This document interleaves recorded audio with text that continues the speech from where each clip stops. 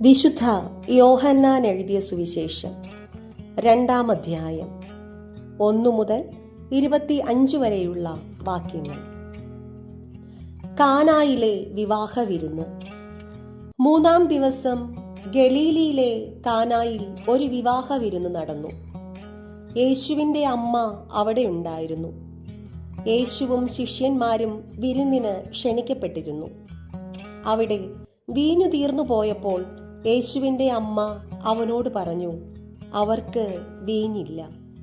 യേശു അവളോട് പറഞ്ഞു, സ്ത്രീയെ, എനിക്കും നിനക്കും എന്ത്?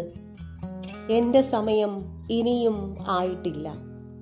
അവൻ്റെ അമ്മ പരിചാരകരോട് പറഞ്ഞു, അവൻ നിങ്ങളോട് പറയുന്നത് ചെയ്യുവിൻ.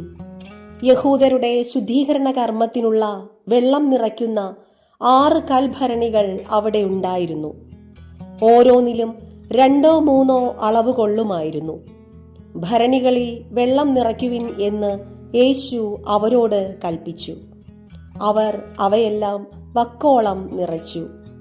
ഇനി പകർന്ന് കലവറക്കാരൻ്റെ അടുത്തുകൊണ്ട് ചെല്ലുവിൻ എന്ന് അവൻ പറഞ്ഞു. അവർ അപ്രകാരം ചെയ്തു. കലവറക്കാരൻ വീഞ്ഞായി മാറിയ ആ വെള്ളം രുചിച്ചു നോക്കി. അത് എവിടെ നിന്നാണെന്ന് അവൻ അറിഞ്ഞില്ല. എന്നാൽ വെള്ളം കോരിയ പരിചാരകർ അറിഞ്ഞിരുന്നു. അവൻ മണവാളനെ വിളിച്ചു പറഞ്ഞു, എല്ലാവരും മേൽത്തരം വീഞ്ഞ് ആദ്യം വിളമ്പുന്നു, അതിഥികൾക്ക് ലഹരി പിടിച്ചു കഴിയുമ്പോൾ താഴ്ന്ന തരവും. എന്നാൽ നീ നല്ല വീഞ്ഞ് ഇതുവരെയും സൂക്ഷിച്ചു വെച്ചുവല്ലോ.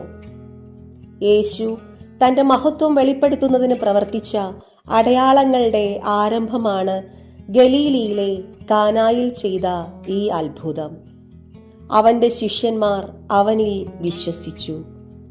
ഇതിനുശേഷം അവൻ തന്റെ അമ്മയോടും സഹോദരന്മാരോടും ശിഷ്യന്മാരോടും കൂടി കഫർനാമിലേക്ക് പോയി. അവർ അവിടെ ഏതാനും ദിവസം താമസിച്ചു.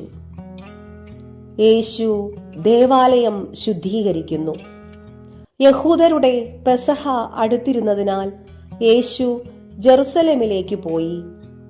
കാള, ആട്, പ്രാവ് എന്നിവ വിൽക്കുന്നവരെയും നാണയം മാറ്റാനിരിക്കുന്നവരെയും ദേവാലയത്തിൽ അവൻ കണ്ടു. അവൻ കയറുകൊണ്ട് ഒരു ചമ്മട്ടിയുണ്ടാക്കി അവരെയെല്ലാം ആടുകളോടും കാളകളോടും കൂടെ ദേവാലയത്തിൽ നിന്ന് പുറത്താക്കി. നാണയമാറ്റക്കാരുടെ നാണയങ്ങൾ ചിതറിക്കുകയും മേശകൾ തട്ടിമറിക്കുകയും ചെയ്തു. പ്രാവുകളെ വിൽക്കുന്നവരോട് അവൻ കൽപ്പിച്ചു, ഇവയെ ഇവിടെ നിന്ന് എടുത്തു കൊണ്ടുപോകുവിൻ. എൻ്റെ പിതാവിൻ്റെ ആലയം നിങ്ങൾ കച്ചവട സ്ഥലമാക്കരുത്.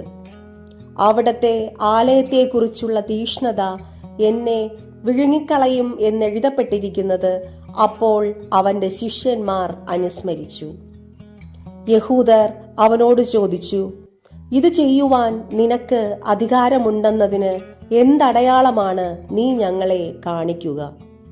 യേശു മറുപടി പറഞ്ഞു, നിങ്ങൾ ഈ ദേവാലയം നശിപ്പിക്കുക, 3 ദിവസത്തിനകം ഞാനത് പുനരുദ്ധരിക്കും.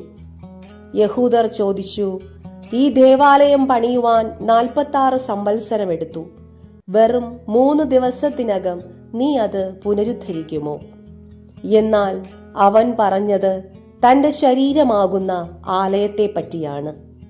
അവൻ മരിച്ചവരിൽ നിന്ന് ഉയർപ്പിക്കപ്പെട്ടപ്പോൾ അവന്റെ ശിഷ്യന്മാർ അവൻ ഇത് പറഞ്ഞിരുന്നുവെന്ന് ഓർമ്മിക്കുകയും അങ്ങനെ വിശുദ്ധ ലിഖിതവും യേശു പ്രസ്താവിച്ച വചനവും വിശ്വസിക്കുകയും ചെയ്തു. പെസഹ തിരുനാളിന് അവൻ ജെറുസലേമിലായിരിക്കുമ്പോൾ പ്രവർത്തിച്ച അടയാളങ്ങൾ കണ്ട് വളരെ പേർ അവന്റെ നാമത്തിൽ വിശ്വസിച്ചു. യേശുവാകട്ടെ അവരെ വിശ്വസിച്ചില്ല, കാരണം അവൻ അവരെയെല്ലാം അറിഞ്ഞിരുന്നു. മനുഷ്യനെ പറ്റി ആരുടെയും സാക്ഷ്യം അവന് ആവശ്യമായിരുന്നില്ല. മനുഷ്യനിലുള്ളത് എന്താണെന്ന് അവൻ വ്യക്തമായി അറിഞ്ഞിരുന്നു.